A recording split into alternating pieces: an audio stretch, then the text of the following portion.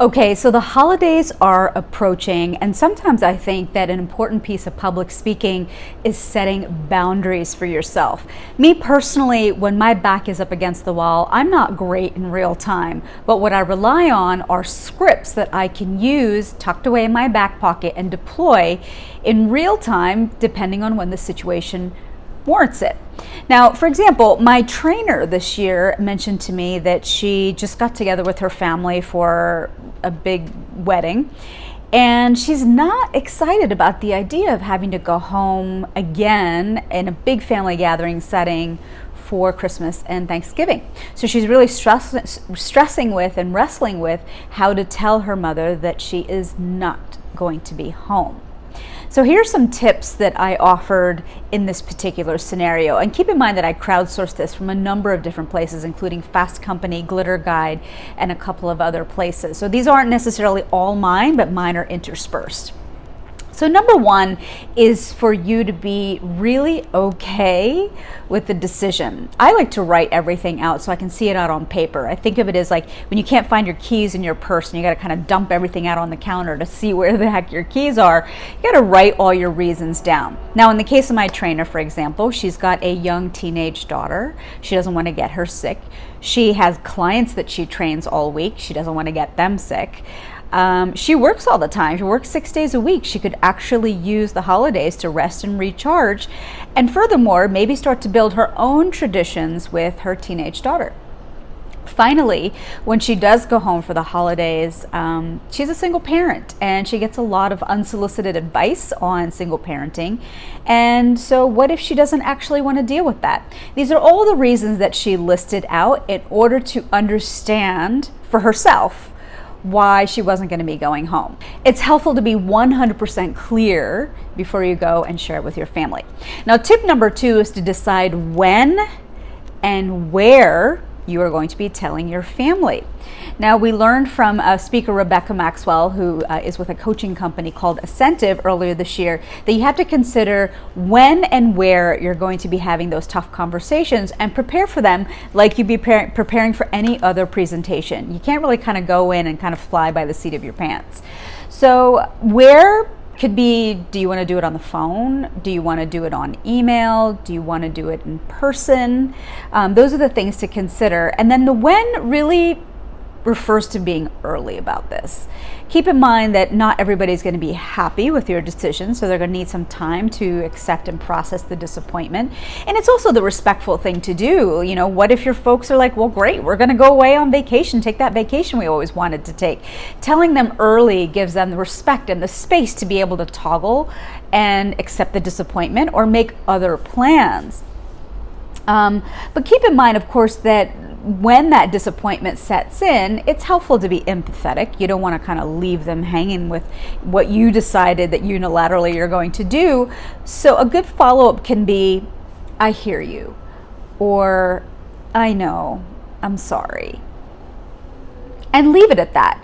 It's hard, but you're not necessarily a bad person for making decisions that serve you.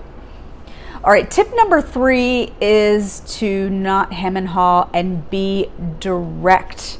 In other words, if you were to say, oh, I don't know if I can do this, blah, blah, blah, you're leaving it open for negotiation and some pushback. I like to say, I get a lot of flack because I like to go home at 9:30, 10 o'clock on a weekday because I get up at 5 to work out. And when people start to argue with that fact, I say, well, my rule is that I like to be in bed by 10 o'clock because I value my early morning workouts. And it's hard for people to argue with rules that you've set for yourself, not for other people, but that you've set for yourself. But let's say you want a different way to be able to tackle this. Keeping it trained on I decided is a great way to start. So I wanted to talk to you about the holidays this year. I know we typically do X, but this year I've decided to do Y instead. And when you get pushed for a reason, again, keep the conversation trained on the I love you so much. I couldn't live with myself if I got you sick. Or I would rather stay home this year to ensure that we're all around and healthy next year and for years to come. It may also be the case that between homeschooling and working, you're just tired. And it is okay to admit that you are stretched thin and that you just want to be able to rest and recharge. You are not up for family gatherings this year. Keep in mind that boundaries are a way to protect your mental well-being and also to safeguard your health. There's always an opportunity cost or a physical cost or an emotional cost in having to get on a plane or get on a train and go somewhere. What's going to be the ripple effect of you being tired for days afterwards? Those are things to consider. Now, when we don't set a boundary and we prioritize other people's comfort over our own needs, there's also an opportunity cost. I think that setting boundaries is a real courageous act of putting ourselves first. It's a great way to practice the art of self-care, and I also like to call it verbal self-defense, another form of public speaking. So look, at the end of the day, you can manage other people's feelings, or you can manage your boundaries, but it's going to be tough to do both. Bottom line, your boundaries might make other people feel sad or disappointed or resentful, but again, we got to bring it back to what's going to be best for your family, what's going to be best for your health. Some other prompts that you can use. What if you're tired and you need a break because you are used to hosting the annual Christmas Eve dinner? I know, because I do events all the time, hosting is no small feat. You've got to think about the decorations, you've got to think about mingling with the guests, you've got to worry about the food, you've got to worry about the cleanup effort. It's a lot of energy. It's taxing on your mind, it's taxing on your nervous system, it's taxing on your body, and at the end of the day, it is okay to take a break. So taking a break may mean that you need to spend the day by yourself. It might mean that you need to take an afternoon nap, or it may mean that you need to outsource your hosting responsibilities for an hour of the party. So try this language. I feel stressed when I host the family for Christmas Eve because it's a ton of work to cook the food, talk with the guests, clean up all the dishes. I need someone to help me clean up when the guests start to leave. The next thing is that what if you're visiting your family and you really need some alone time? You live at home alone in your apartment. You're used to having a lot of alone time, but how do you draw those boundaries when you're with family that you may not have seen in a while? You're in a new environment, you're away from your creature comforts, you're away from your routines. So try this language. I feel overwhelmed by the nonstop festivities when I visit for Christmas because I'm used to having a lot of time to myself at home. So I do need one day where I can be alone so I can rest and I can recharge. Now, what if the invitations are coming in fast and furious? Diwali, Christmas, Thanksgiving, New Year's, you name it. One option is to say no.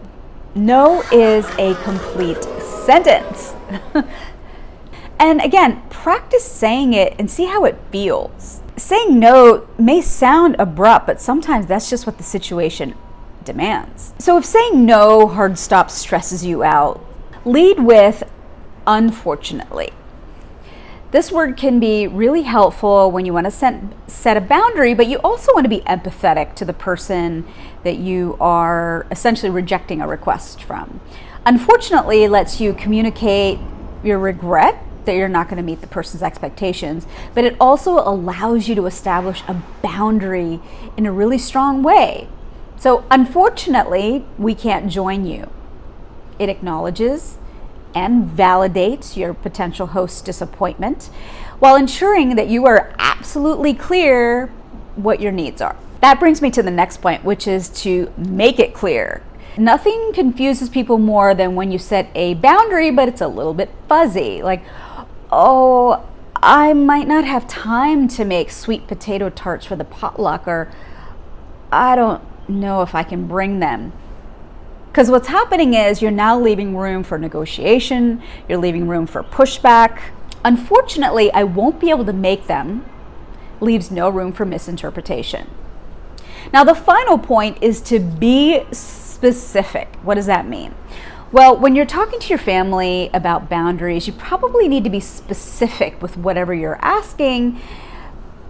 For example, when I was single and people are like, oh, are you dating? Are you still single? Like sometimes those questions are just not what you feel like talking about at the holidays. Now, if you're partnered up and people are really bugging you about when you're going to be engaged, when you're going to get married, when you're going to have a baby, Gosh, that's all on your own timeline. So be specific with your family and say, hey guys, my relationship is off limits. I don't want to talk about it when it gets brought up. One of the things that I like to do if I'm planning ahead and I've told somebody that I'm going to be, possibly sleeping over, or I'm going to need a car, I like to make sure that I let them know early and often. The other thing is to follow up with an email, because this at least solidifies what you've agreed upon. It seems a little businesslike, but hey, when emotions are running high, you want to make sure that you're clear about what your plans are. So here's some language that you can use. Hi, we are so looking forward to the holidays. Just want to shoot a quick follow-up to confirm. We're coming at 2, we're leaving at 9 the next day. Thanks so much for letting us spend the night. We're going to have the kids bring their pajamas and their sleeping bags. This way you have documented proof that you've communicated your position on multiple occasions ahead of time. You're not asking for permission. You're letting everyone know what it is that you're going to be doing. You set an end time. There is a big difference between showing up to a client's holiday party, being there for 30 minutes, versus being there when the janitor is coming through and cleaning up. There is somewhere in between, and if you can set that end time for yourself, that might help you to navigate all the different commitments that you've made through the holidays. All right, the final tip when it comes to this verbal self-defense that we're talking about, what if they don't like your boundaries? What if your family just doesn't like the boundaries that you've set? And if we were to scratch a little bit beneath the surface, gosh, when you're saying no, it digs up their insecurities, it digs up their fears. Mom might want everybody to be together. They haven't been together in a few years. I think it's important to call it out. Acknowledge that this is a difficult conversation to be having. This way your loved one feels included. They feel like it's a co-creation as opposed to you just making a decision and not taking their opinion into account. So some language that you can try if you need some space when you're visiting your folks. I'll be staying at a hotel when I come home for Christmas this year, and honestly, I would just love to carve out a day to spend together, just the two of us. Or, talking about this topic is kind of hard for me. Can we change the conversation? I'd love to hear how work's been going for you. Or, it's really important to me that I meet my time alone. That said, time with you is really important to me. So can we work together to find a balance that works for both of us? I hope you find these tips helpful, because setting boundaries, again, is verbal self-defense, but it's really keeping top of mind your well-being, both mental and otherwise. I teach a public speaking masterclass every 6 to 8 weeks. My next cohort is firing up on November 4th. And my target audience is really a business owner who is at an inflection point. She's at a turning point in her business ownership and realizes that she needs to be able to tell stories about her business or her product, but doesn't really know how. And so how do we kind of dig deep into your personal story in order to set you apart in the market? How do we connect the dots so that people are interested in working with you or buying your product as a result of your story? So I can work with you to connect those dots and be more compelling when you're commanding a room.